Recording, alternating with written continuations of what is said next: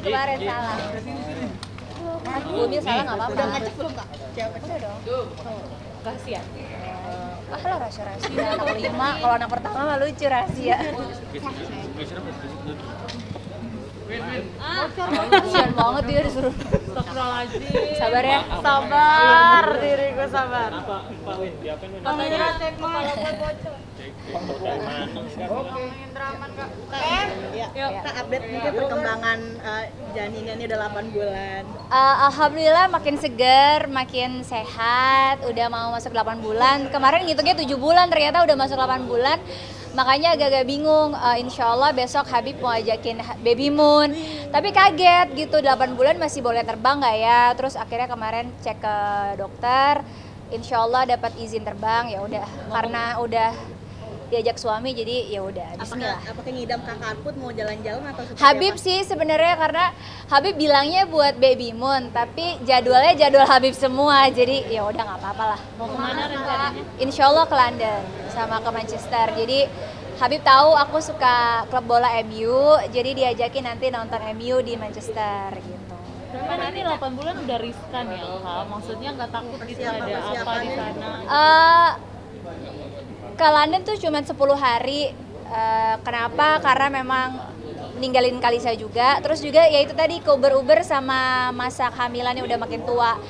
Riskan memang riskan, tapi kalau udah dapat izin dari dokter, kemarin dicek, insya Allah babynya sehat, kuat, jadi ya udah Bismillah kita berangkat gitu. Kak, 8 bulan ini apakah ada masalah kak dari janinnya maupun trouble-troublenya tuh apa sih? Nggak ada sih, alhamdulillah semua hamilnya lancar kayak hamil yang pertama.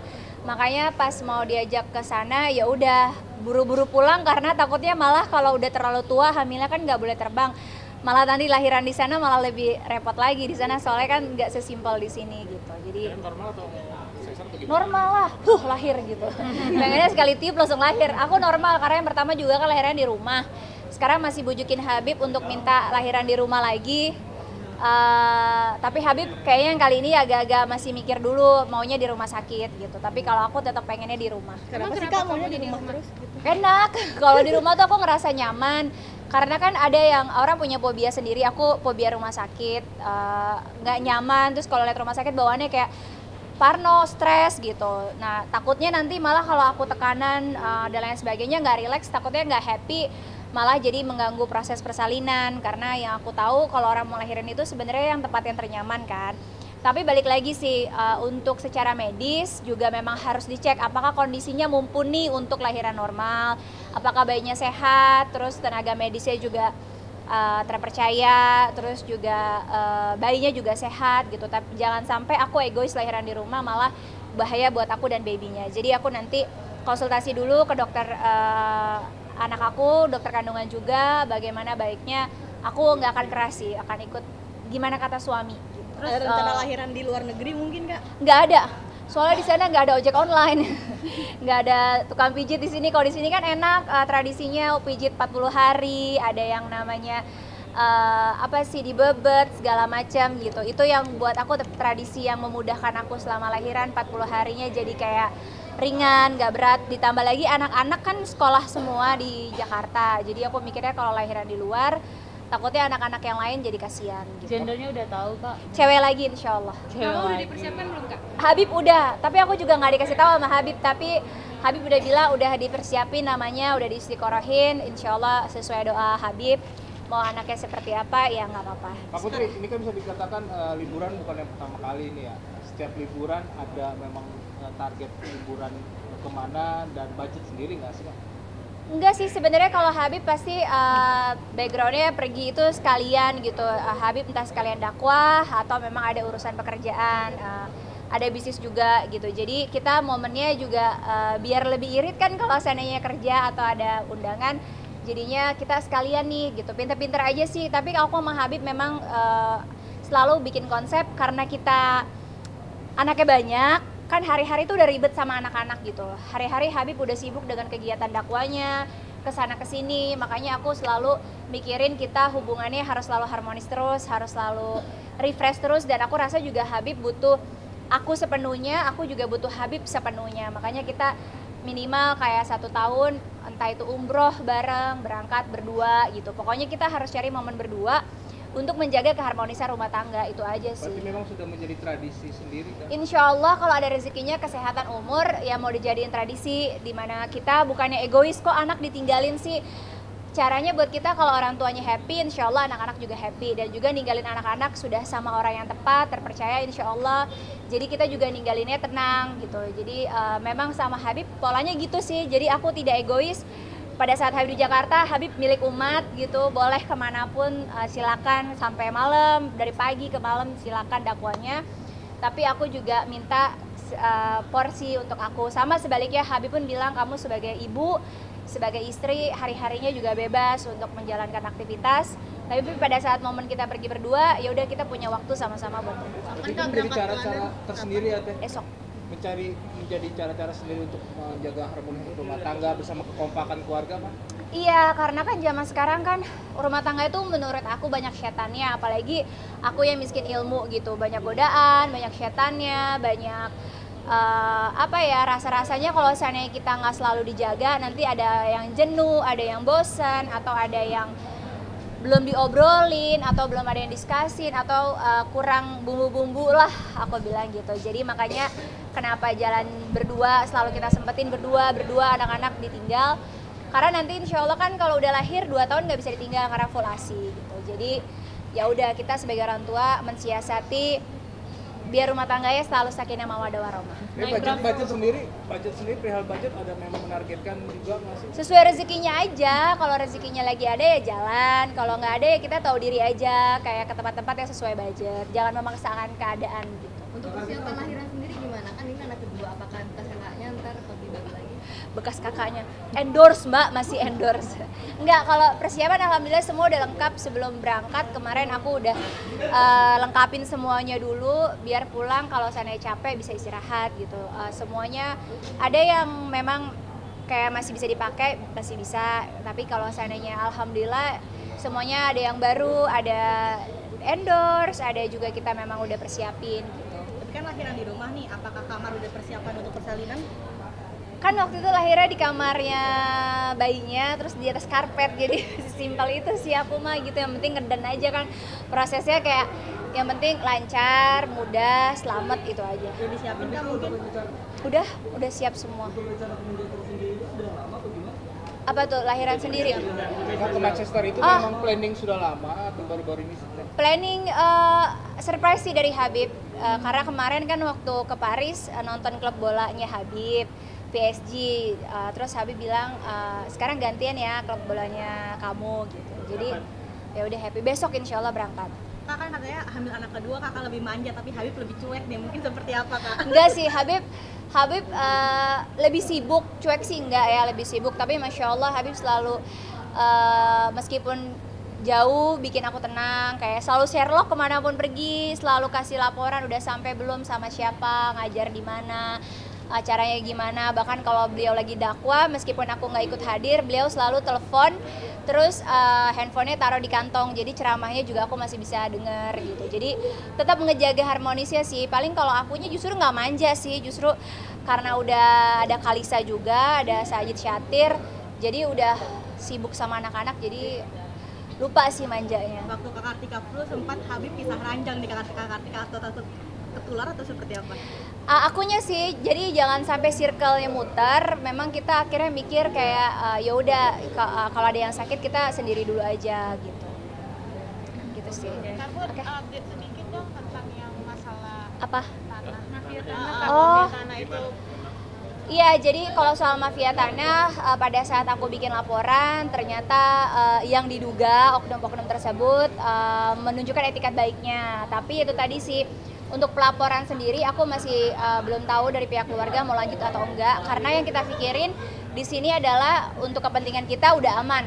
Karena akhirnya mereka menunjukkan etikat baik atau takut ya sebenarnya karena udah viral. Yang kita sedih itu adalah kenapa setelah teman-teman media bantuin semua, diviralkan, baru mereka ada etikat baik. Sedangkan sebelumnya waktu 1 bulan yang aku berikan itu nggak digubris. Makanya itu yang buat aku juga pemikiran kelanjutannya ke depannya mau dilanjutin atau enggak sih laporannya. Karena kita khawatir, benar sih apa yang dipikirkan ya, satu oknum itu bisa menimbulkan ratusan korban gitu. Karena dari oknum, seandainya ada oknum notaris ini bisa ya banyak korbannya, itu yang aku pikirin juga. Apalagi kemarin ngelihat kasusnya Kanirina juga menarik banget gitu ya. Salah satu oknumnya hanya dihukum 4 tahun. Ya itu tadi sih, jangan sampai ya dihukum tapi kalau bisa dilepas juga profesinya, sehingga jangan sampai menggunakan profesi yang sama untuk melakukan kejahatan lagi gitu. Jadi buat aku pribadi nanti fokus keluarga, berembuk lagi bagaimana kelanjutannya. Intinya yang kita khawatir di sini akhirnya mengambil hikmahnya adalah kita berkaca kepada orang-orang awam yang nanti menjadi korban atau yang sudah menjadi korban atau next ya ada target korban. Jangan sampai banyak, karena ternyata capek banget untuk ngurusin yang namanya mafia tanah gitu. Strategi mereka itu udah sangat-sangat di luar dugaan kita, makanya kayak kemarin itu bisa terjadinya akte kuasa jual tanpa bertemu dengan kita, memasukkan tanda tangan. Sudah terjadi dan pembuatan itu yang buat aku kayak wow, ternyata seberani itu loh para oknum-oknum ini, beraninya luar biasa. Itikat baik apa sih takut yang diberikan sama mereka? Jadi pada saat aku kemarin melaporkan itu dikarenakan aku tidak tahu di mana posisi sertifikat rumah atau sertifikat itu hilang. Tapi kita udah tahu sebenarnya ada di salah satu oknum notaris dan juga oknum mafia tanah itu. Nah pada saat kita tanya sebelum laporan tuh mereka nggak mau kasih lihat, mereka nggak mau kasih tahu, mereka nggak mau kembalikan, mereka lempar sana lempar sini gitu. Tapi pada saat setelah datang ke polsek kemarin, pulang dari sana tengah malam mereka memulangkan sertifikat rumah mama. Tapi sertifikatnya ada di balik nama nggak sih Kak, mungkin apa belum? Belum di balik nama, alhamdulillah syukurnya karena udah terburu kita blokir duluan. Tapi yang paling penting kan ya itu tadi sih, kalau buat kita, kalau kita nggak lapor khawatirnya kita egois, cuma mikirin diri kita aja, takutnya ada korban-korban yang lain. Karena ada salah satu oknum yang bikin kita jadi berpikir juga gitu, soalnya dia bilang jangan sampai keluar ya nama-nama kita, karena nanti rekan bisnis kita kayak gimana gitu. Kalau seandainya dia bisnisnya bener, harusnya nggak usah worry, nggak usah takut gitu. Tapi dengan adanya ketakutan mereka itu yang buat kita nih jangan-jangan beneran oknum mafia tanah yang bermain dan biasa bermain, khawatirnya korbannya udah banyak. Makanya akan pertimbangan lagi dari pihak keluarga, mau dilanjutkan dilaporkan biar stop, jangan sampai ada korban yang berikutnya atau gimana. Pas malam-malam mereka datang, Karput sama Habib sendiri ada? Ya nemuin kakakku. Karena tengah malam mereka pulang itu di atas jam 12-an. Akhirnya prosesnya gimana? Sekarang masih berarti Prosesnya itu sih kan pelapornya kakak saya, ya itu nanti akan saya tanyakan lagi dan pertimbangan beliau juga, yaitu tadi apakah mau tetap dilaporkan dengan tujuan biar tidak ada korban lagi atau mau bagaimana. Tapi sempat ini nggak sih berpikir Karput Nirina aja yang prosesnya panjang banget, sementara kalau dilanjutin ini kasus bakal sepanjang itu dan mumet punya gitu. Itu sih ya yang bikin pertimbangan, makanya kita bilang pertimbangan, tidak ambil keputusan secara detail gitu ya, karena aku udah tahu proses hukum aku aja yang udah jadi tersangka aja belum ditindak-tindak gitu ya, makanya itu juga yang menjadi pertimbangan juga, jangan sampai juga nanti menyita waktu aku pribadi gitu. Tapi kalau seandainya pihak kakak yang melaporkan kan mungkin kakak punya waktu yang lebih, kenapa enggak gitu. Tapi kalau buat aku ya itu tadi sih, tahu sih proses hukumnya panjang banget, karena yang buat aku kayak udah hampir 3 tahun proses hukum aku aja, ini udah jadi tersangka aja nggak beres-beres, nggak sidang-sidang gitu, makanya Habib agak sempat bingung. meredakan keluarga nggak sih supaya udah Kalau Habib mah pasti tim damai. Habib tuh selalu Masya Allah tim damai yang selalu ngebuat kita suruh sabar, ngebuat kita juga untuk memberikan kesempatan, siapa tahu Habib selalu prasangka baik, siapa tahu ini pelajaran berharga dan lain sebagainya. berarti ada kemungkinan mau dicabut laporan itu ya? Belum tahu. Kak, terkait update kasus sama Dr. Richard kan mungkin seperti apa? Ya itu sih, kemarin saya sempat bertanya kepada penyidik kasus saya yang sudah saya laporkan hampir dari tahun 2020. Saya sempat tanya, katanya sekarang sudah dilimpahkan lagi kejaksaan gitu, tinggal di P21 kan. Makanya kita tinggal menunggu kejaksaan mengeluarkan surat P21 agar disidangkan. Ya karena itu tadi yang aku bilang kan, 2 tersangka dan yang satunya ada LPA, laporan pihak kepolisian yang melakukan atau pihak penyidik, sehingga kan ini sudah ada upaya-upaya penghilangan barang bukti gitu. Jadi buat aku kalau sampai tiba-tiba diberhentiin ya jadi pertanyaan lagi sih, karena kenapa dilempar sana sini, makin lengkap saksi ahli dan juga bukti yang ada harusnya di P21 kan. geram dan gemes juga ya melihat. tersangka belum dijebloskan ke penjara ya?